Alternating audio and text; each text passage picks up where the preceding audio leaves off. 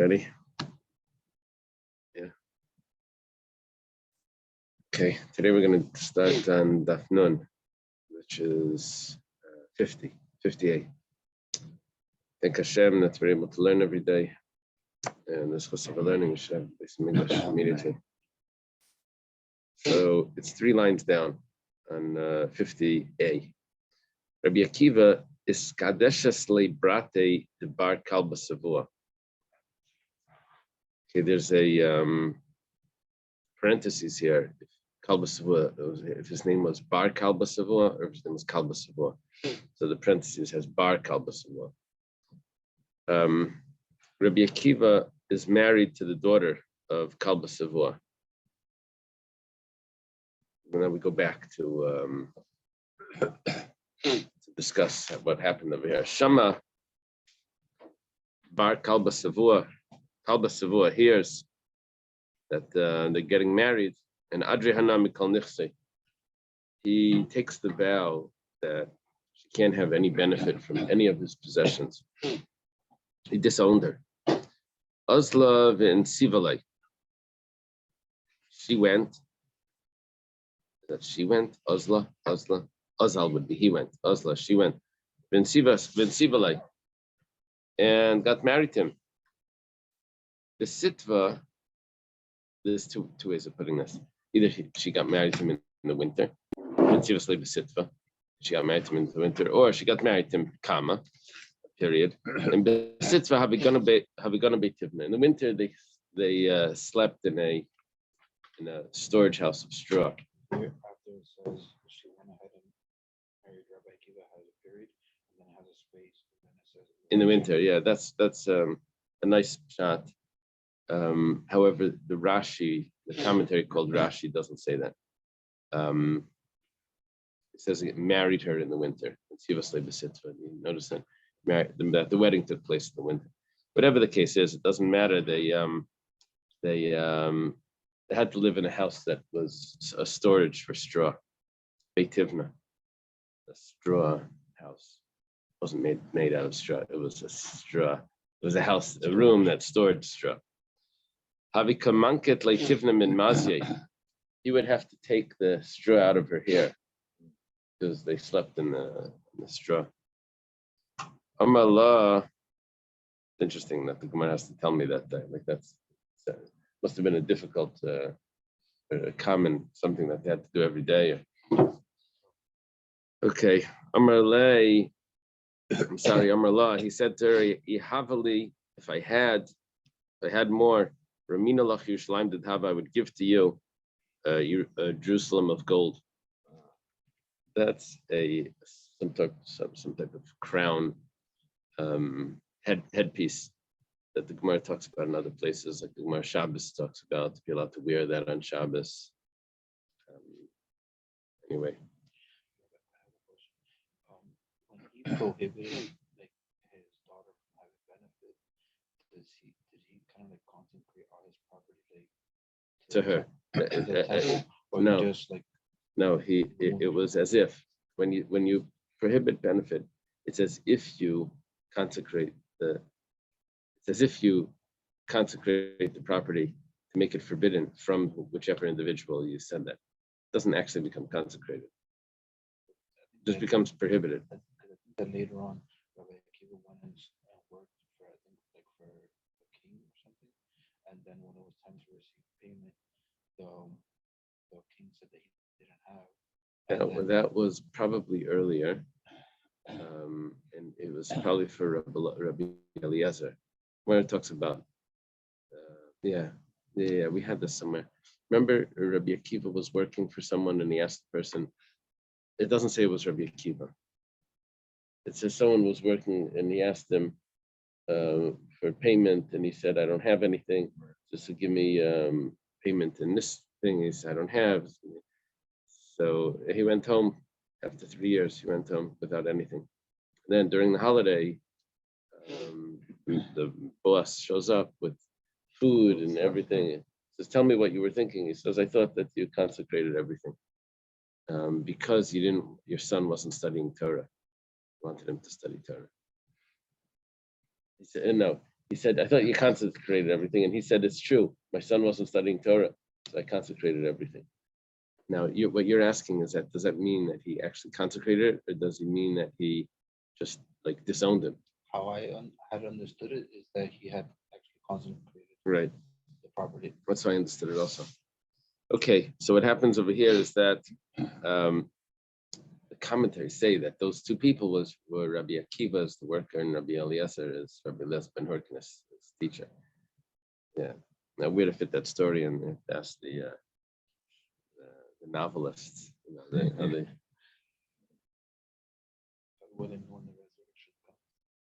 Asa Elio comes Idmalu Kanasha, he appears to them like a person, Kakari Abava, and he's calling at the door of the straw house. Amalahu, he says to them, Havali Purta the Tivna, give me a little bit of straw. The eldest Itzi, my wife gave birth. Leslie Midam Laguna, she has nothing to lay on. That's pretty sad. She has to lay with the baby on the floor. So at least you have straw in here. Give me some of the straw. Amalei Rabbi Kiva Lindsay, Rabbi Kiva tells to his wife, Chazi Gabra da Filu Tivna Layasli. See, there's a person who doesn't even have straw. Yeah. That's very important to notice people that have less. Keeps you happy.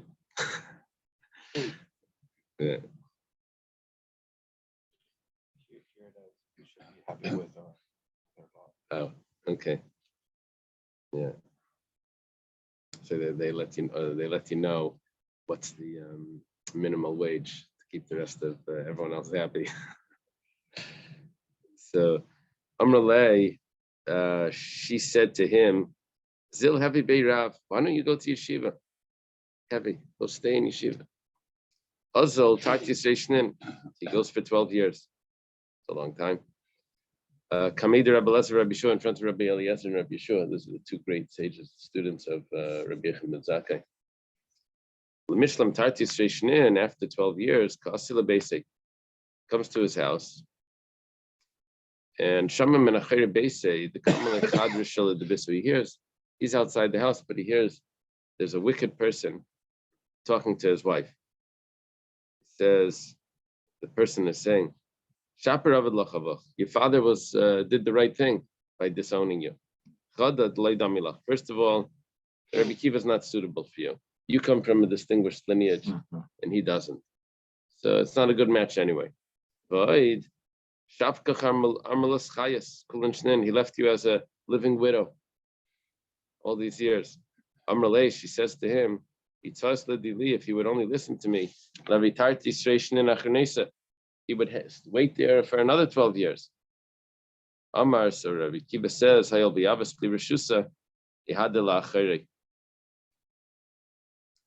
I have permission, so then let me go back. So he went back. So he stayed there for another 12 years. Also, the Esren Varba Alfin Zugi Talmide.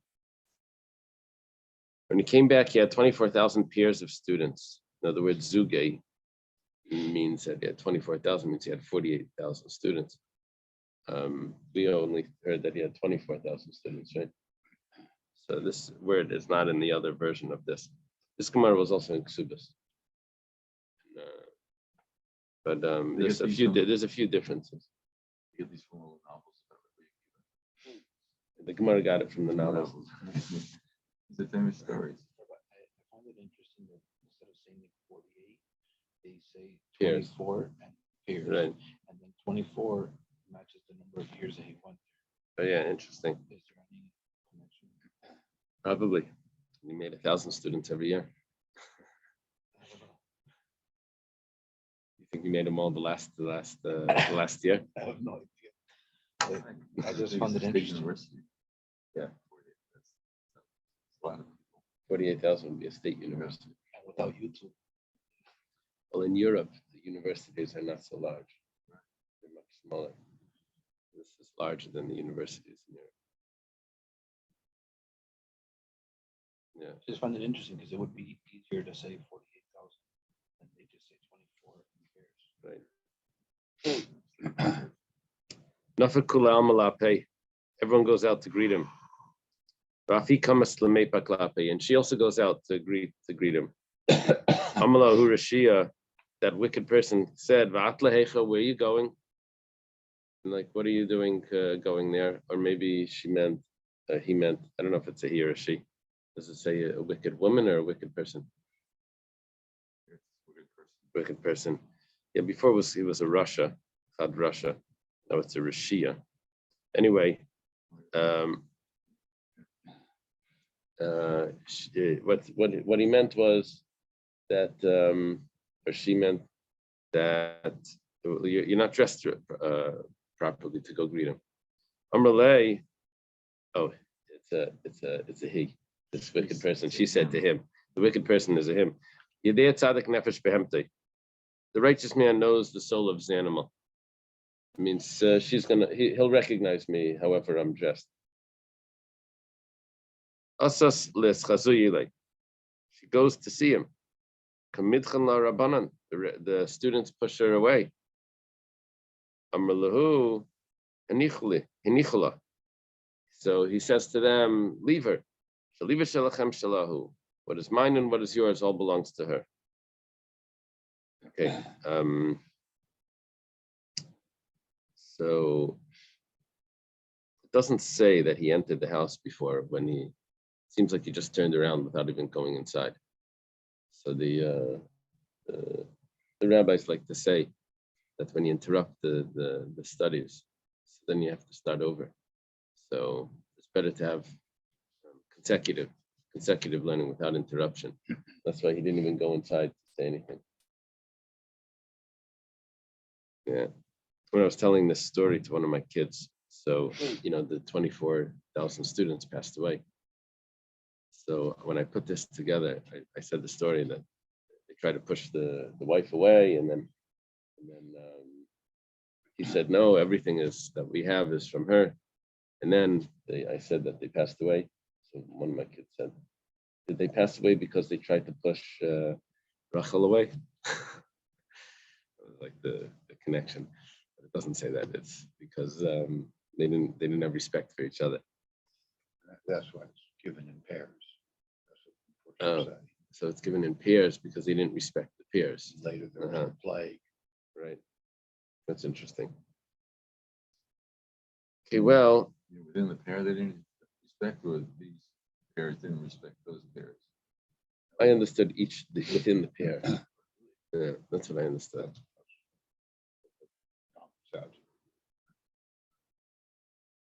It's like Hillel says it's an odd given number. Like Hillel says it's an odd way to give a number. Later have meaning. Okay, Shama Bar Kalba Savua. So Bar Kalba Savua comes.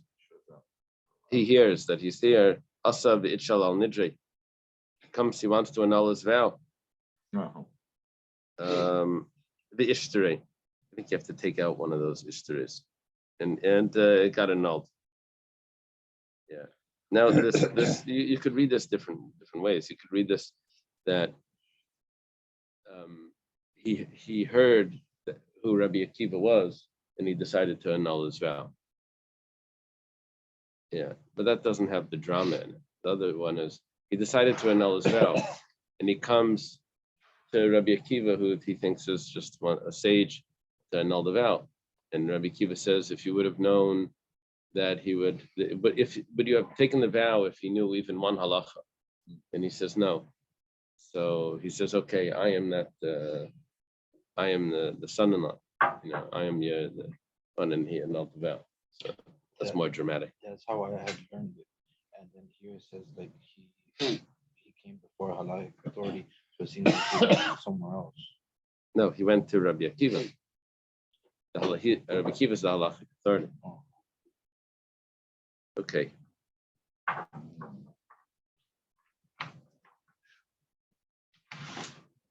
few books out there that give you this information. Like Marcus Lehman's Akiva. This is a very good book. He puts the stories in the order that he thinks makes sense. Then there was, and Rachel was his wife. That book, it's a good book also. The book I showed you last week by Eitan Henry. as an essay trying to put all these stories together in a way that there's no inconsistency. Oh, yeah. All these stories. Oh, that's interesting. Okay. Yeah. Okay. Min Shismili Iyata Rabbi Akiva. There's 6 ways that Rabbi Akiva became wealthy. 6 different ways. One of them is Min Kalba Savua. His father-in-law. After the father-in-law annulled the vow, so then Rabbi Akiva inherited that. His wife. Min Ila Desfinta. Some sort of ram that was on a boat. It would make this ram. I don't know what the purpose of it was, but they would keep money in it.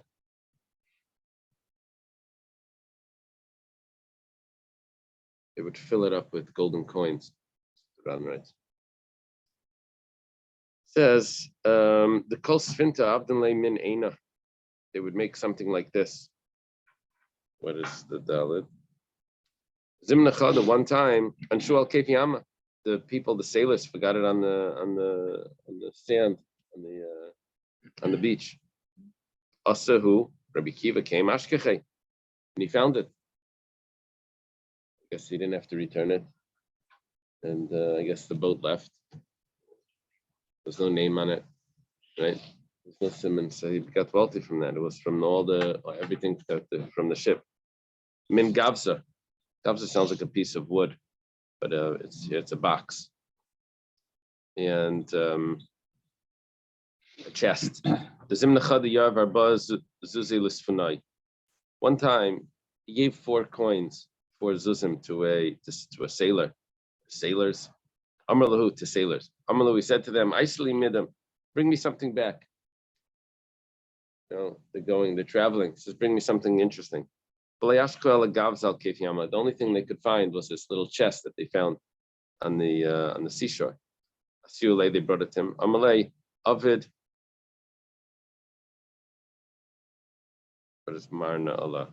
Avid Marna Allah. Amalei. Oh, I think that means wait, and we'll get you something better. Yeah, it says Maranala, Yamtin Adineno Allah, Bachnavilach Yasser. But I don't know what the word Marna is. Avid Marna, Marana. Oh, master, wait. yeah, may our master wait with this until we bring more worth together. Right. Nistakach Tavemali Dinner, but he opened it up. He found that inside was full of coins, gold coins. The Zimna Chada, because what happened was one time, Tavas Sfinta. Okay. Now the Bach adds in over here that the min desruisa, a boat of Arab, I guess Arab merchants. It's just like the Pasha, Arab merchants, that take Yosef. Yeah. So there was this boat of these Arab merchants. And they kept all their money in this chest. This boat of Arab merchants sunk. Tava, it sunk. And this is what these people found. Now the min Srukisa was put above by the boat, so we don't have to read it again. Okay, so that's where we're holding. That's 3, right? That's the 4th one. Kalba Savua, the ram of the boat, and the chest. It's 3. Min Matronisa, from this matron, that's a Roman noblewoman. Okay, now over here, the commentaries throw in, I don't know where they get this from. Must be another Gemara somewhere. That one time Rabbi Kiva needed money for the students, for the yeshiva. So he went to this rich woman and to borrow money. The woman said, "I'll lend you the money, but who's going to be a guarantor?" So he said, the guarantor will be Hashem and the ocean. I guess she lived near the ocean. And they made up a time for Rabbi Kiva to pay back. Anyway, at the time to pay back, Rabbi Kiva was ill and he couldn't come. He couldn't bring her the money. So she goes outside, and Here, the daughter became. one second. At that time, the daughter of the Caesar went crazy and took her chest with all her money in it from her father's what they call it. There's they call in London, where they keep all their jewels. Tower of The London. treasury. From this treasury. And she throws it into the sea. So at that moment, this woman goes outside and she says, you're the guarantors for Rabbi Akiva. And this chest shows up. So when Rabbi Akiva comes to bring her the money, but he got recovered. So she said, you don't have to pay me. I already was paid. I even have extra. So she gives him the extra money, more than that was in this chest. So he got wealthy from that. Minister shall Turnus Rufus. And the wife of Turnus Rufus. Turnus Rufus was a bad guy. He's the one that actually killed Rabbi Akiva. But it could be the father. It could be an older Turnus Rufus. What happened over here was that Rabbi Akiva would end up debating with this Turnus Rufus, and Turnus Rufus would come home every day upset that he lost the debate. They would argue about what psukim meant, and Rabbi Akiva was winning. Anyway, his wife says, "What are you always so upset about?" She said, "Because he always bothers me. He always gets it." So she says, "If you'll give me permission, I'm going to go seduce him, and that will be the end of him." So he gave her permission. So she goes to seduce Rabbi Akiva. And when Rabbi Akiva sees her, so he spat, he laughed, and he laughed, he spat, he laughed, and he cried. So she says, why do you do all of that? So he said, I can only tell you two of them. I can't tell you the third one. He says, I spat because you come from a tipas rucha. Like you're disgusting. Come from a putrid drop. And I cried because your beauty is going to end up just rotting in the grave. And why did I laugh? I'm not telling you. So he laughed because he knew with Ruach HaKodesh that she's going to end up converting. He's going to end up marrying her, and that he didn't want to tell her. So, but anyway, when he does marry her, so she brings in all the money. So she apparently was a wealthy woman. Okay.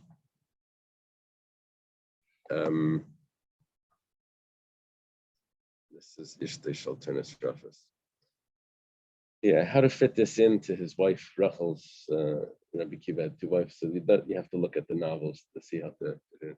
In the book, and Rachel was his wife.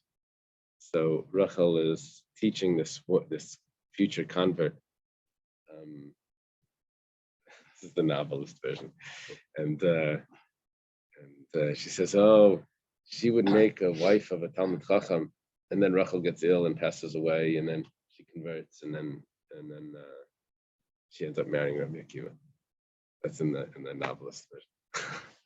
Another way is he had more than one wife. That could be more than one wife. And there's portion says he had A a Roman wife. Well, this would be the Roman wife, right? But before Rahab, he was married and he had a daughter. Who told you that? And that first wife had passed. When he got married, All right. Well, we know he has a daughter because the daughter almost died by her wedding, right?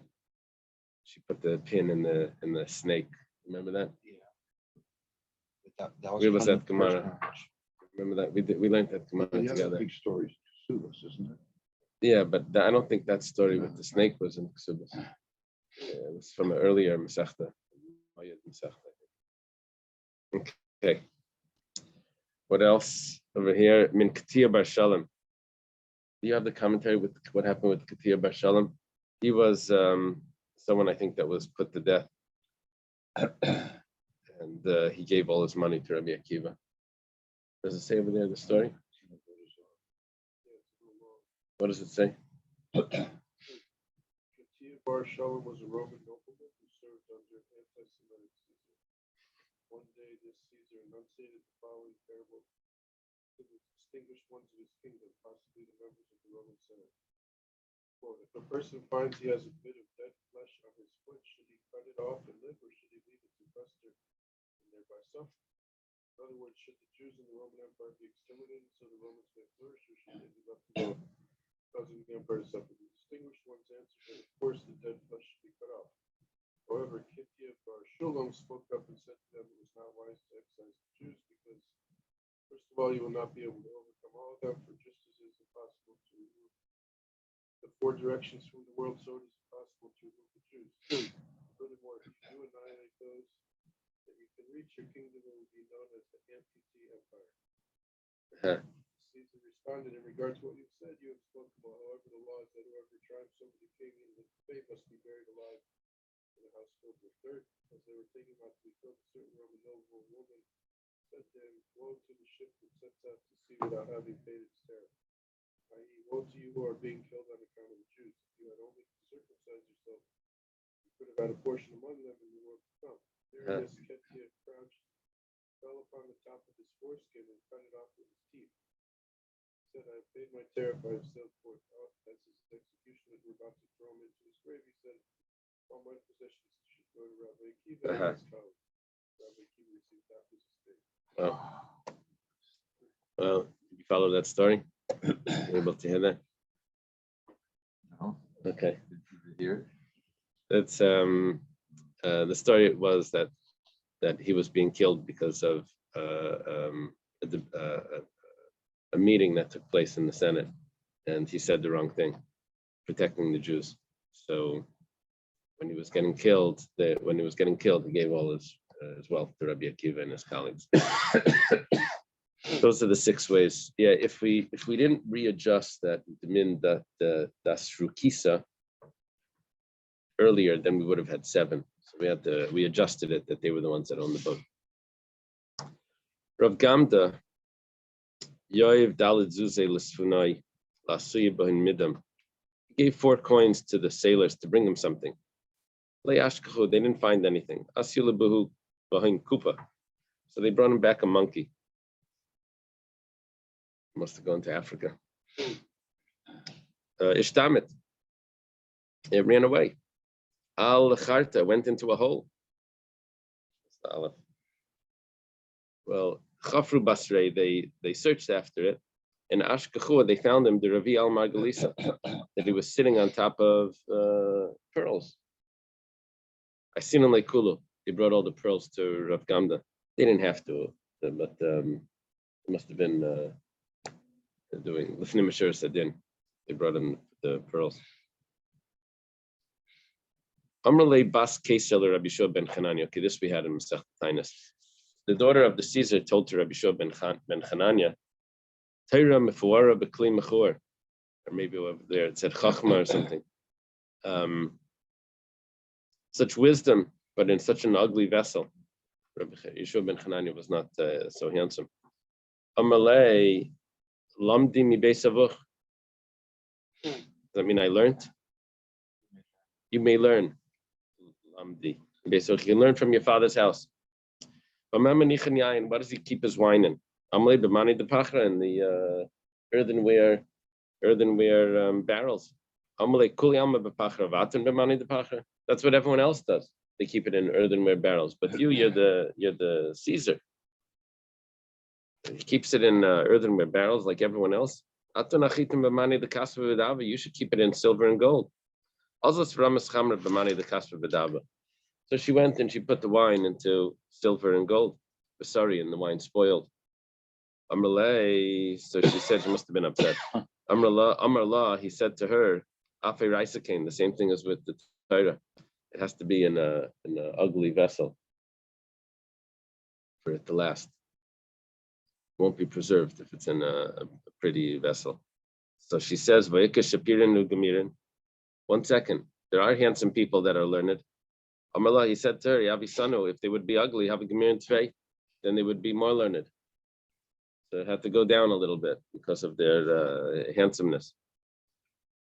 Okay. Huda Asila Kami de Rav Yehuda min Nardai. There was someone that came to Rav Yehuda from Nardai. That's Rav Yehuda. It's the Rav Yehuda that we always quote. Student of Shmuel, student of Rav. Ladina, in a court case. This Chayvas Mendina, and this person was, this lady, was found guilty. Amra Lei, so she says to Rav Yehuda, Shmuel Rabbah Chachi Danan, would Shmuel, your teacher, have judged have paskin like this against her? Amar Lai, he says to her, you datlei, you know Shmuel. Amar Lai, so she says, of course I know him. Gutza, he was short. Rabba Krese, got a wide stomach, he was fat. Ukam, he was dark. Rabba Shine meaning he had big teeth, or had a lot of teeth. I don't know what that means. His teeth were large. Teeth were large. He was dark. Oh, he was dark and his teeth were large. Amallah, you came here to embarrass him, to shame him. This woman should be in Cherem for embarrassing Shmuel. For Shmuel probably wasn't alive, or else Rabbi Yehuda probably wouldn't have been judging. Rabbi Yehuda's in Nardai. Shmuel was in Nardai as well, but I think they left Nardai because of it, and then Rabbi Yehuda came back. Paco Mesa, she split open and died. She burst. All right.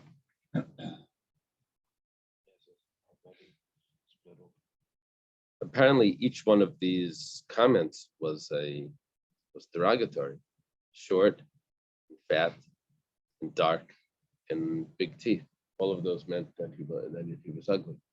I guess in those days it was pretty to be tall, skinny, light-skinned, and small teeth. I think it's still the same. Still the same? Probably. Okay. Mutter bebates termita. Over here we've said that if someone takes a vow that they're not going to have a stew, we said that they were allowed to have a beitza termita. They wouldn't have cooked food.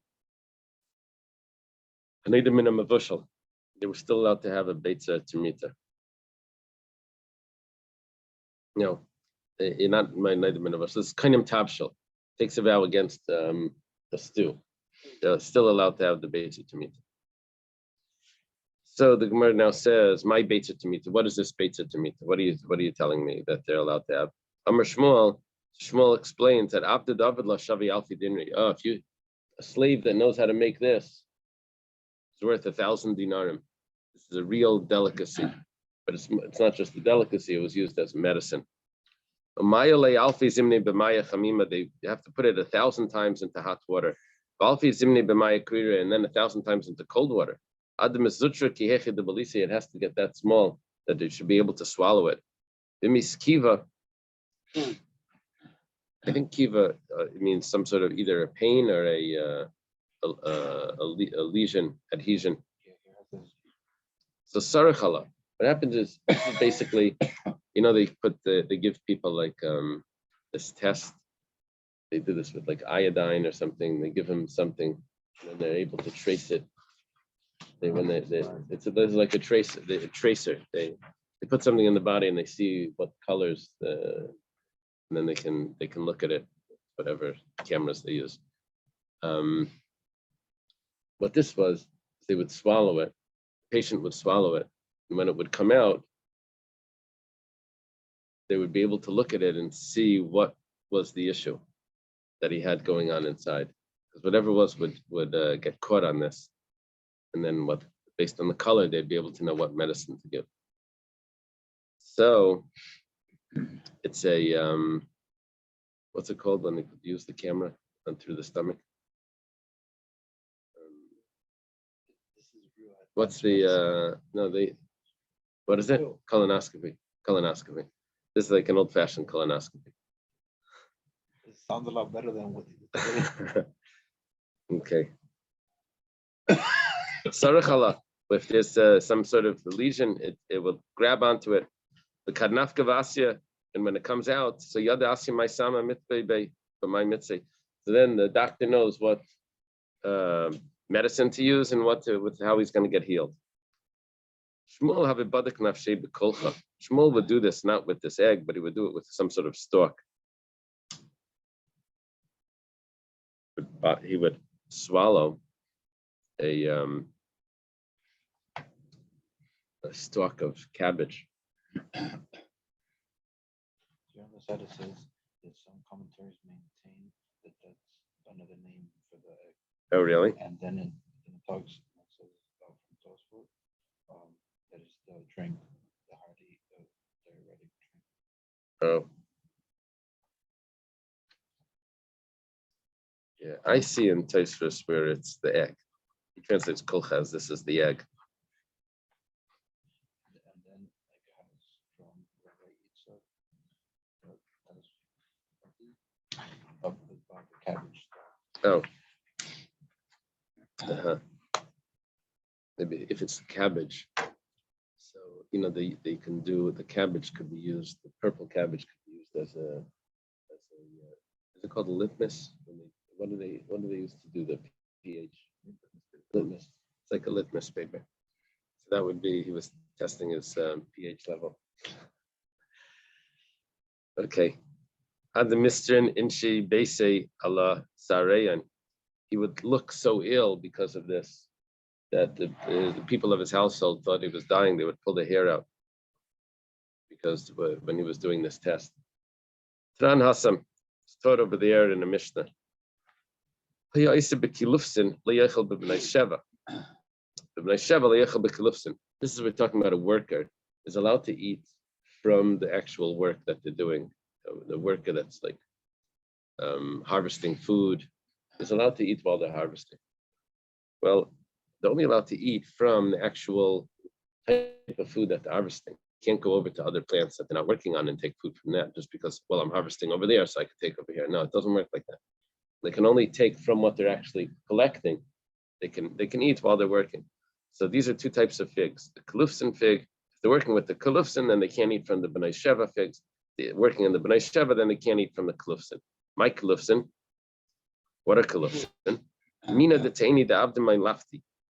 It's a type of fig that they make from it some sort of kompot, right? Some sort of dish, prepared dish. Who gavra? Do you have Abdul Chavri like Muri Alfimini Lafti? Someone gave his friend, his servant, because he wanted his servant to teach him. No, I'm sorry. He wanted his friend to teach his servant.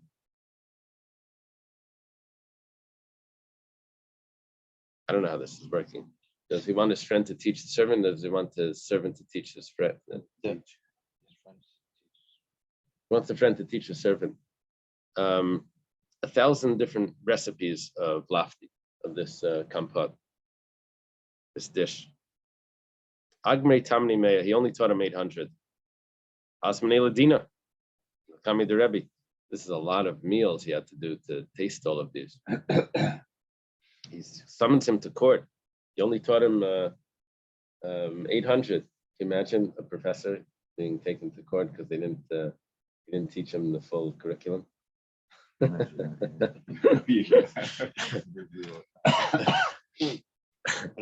You left out one other theory. You're supposed to tell me one theory. Okay. So Asmane Ladina Kamid Rebbe, I'm a Rebbe. Happened to me, by the way. No. Yeah. Really? Yeah, the then dean, associate dean, he said, you didn't teach this theory. And I said, that theory is nonsense. It's just crazy. I said, no, they teach it in every other book. He later died, heart attack. Uh-huh. Criticize you professors. Anyway, I did introduce that theory into the curriculum. I saw with all the commentary about how it was just an excuse for imperialism. That's really what it was about. But yeah. Anyway, he shows up at Rebbe. I'm a Rebbe. it says this is a quote from a verse, I think, Necha Nashisi Taiva, that we have forgotten all the good. In Anu Afilu Beinenu Lareinu, we haven't even seen this with our eyes. And Rebbe was surprised that they had so many dishes, so many possible types of dishes. It's interesting. How do they put that there? They got the quote from Lamentations. Yeah. Doesn't tell us what happened in the story. Did Rebbe say that he asked that he has to teach him the other 200, or just says Rebbe's comment? We don't know the end of the court case. Rebbe Avad Lu Elula Reb Shimon Berebi or Berei. Rebbe made a wedding for Reb Shimon his son. Kasav al Beis Kanana Esrim Varba Alfin Ribi Dinar Nafko al Beis Kanana Dain Valayas Azmane La Bar Kapara. I don't know if Bar Kapara wrote this or someone wrote this. Someone wrote on the entranceway to the wedding. It says that they spent 24,000, 10,000. That's a lot of money.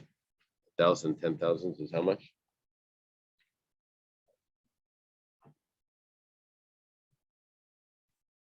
$100 million, 240 million. What is that? What is 1,000, 10,000? No, 1,000 is a million. 1,000 times 10,000. What is that? 10 million. 10 million. So this would be 24 million, right? We go back to 24,000. Oh, right. They spent, okay, so they spent 24 million on this wedding, and they didn't invite Bar Kapara. Bar Kapara was a student of Rebbe. So Amalei, Bar Kapara's comment was, if the people that don't serve Hashem can have so much money, can you imagine people that serve Hashem? This is his comment about Rebbe that doesn't invite him. Couldn't have been just a student. He must have been a friend of Rebbe. Must have been a friend of Rebbe. Do they have a biography of him?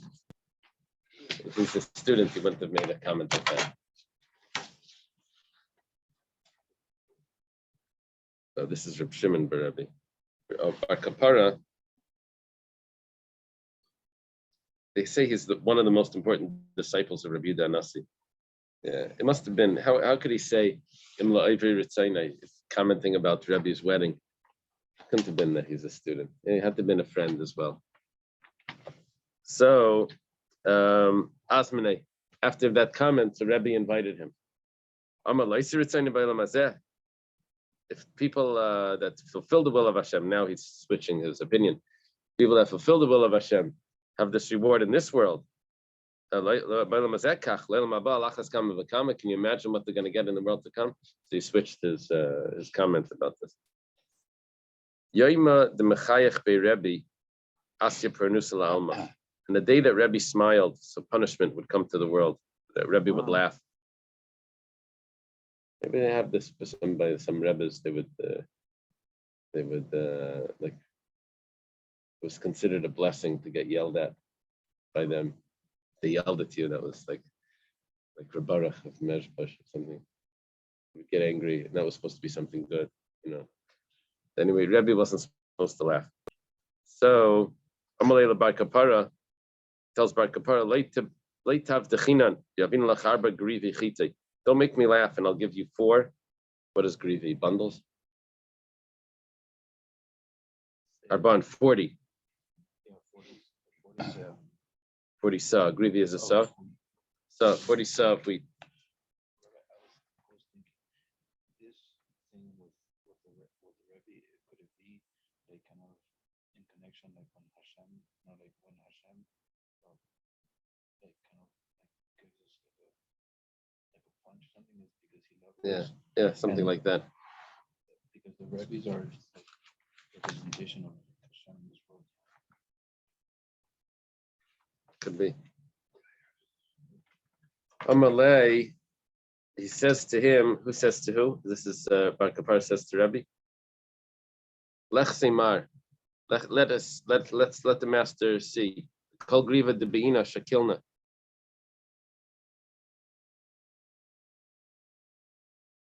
any measurement. What does he say? Any measurement I'll take, I'll use. And he said, I wish I'll take.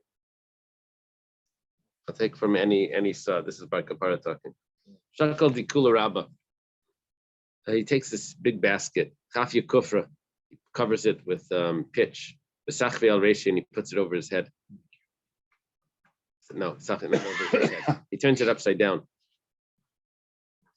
And he goes, and he says to Rebbe, Lechalimar, Arban Grivichite Darshinabach. Give me the 40 wheat, the 40 things of wheat that I lent you. He's making a joke. He didn't lend him anything. But anyway, Achach Rebbe laughed. So that was exactly what he was not supposed to do. Amalei, love is hard to. Didn't I tell you that that you shouldn't make me laugh? Amalei chiti darshina kanasivna. He says the wheat that I lent you, I'm taking. This is all a joke. He didn't lend him anything. Okay, the story just leaves it right here. Okay, he turned this basket Yeah, I'm not sure what he was doing with turning it upside down. on his head. It doesn't mean on the basket's head or on his head. Oh, He put it over his own head. Oh. Where is it? Like a hat? He put it on like a hat. Okay, Smeared with tar. it was tar, so none of the wheat should fall out. Okay, let's leave it over here. Okay, thank you very much. Have a wonderful day. Yeah. Shukayach.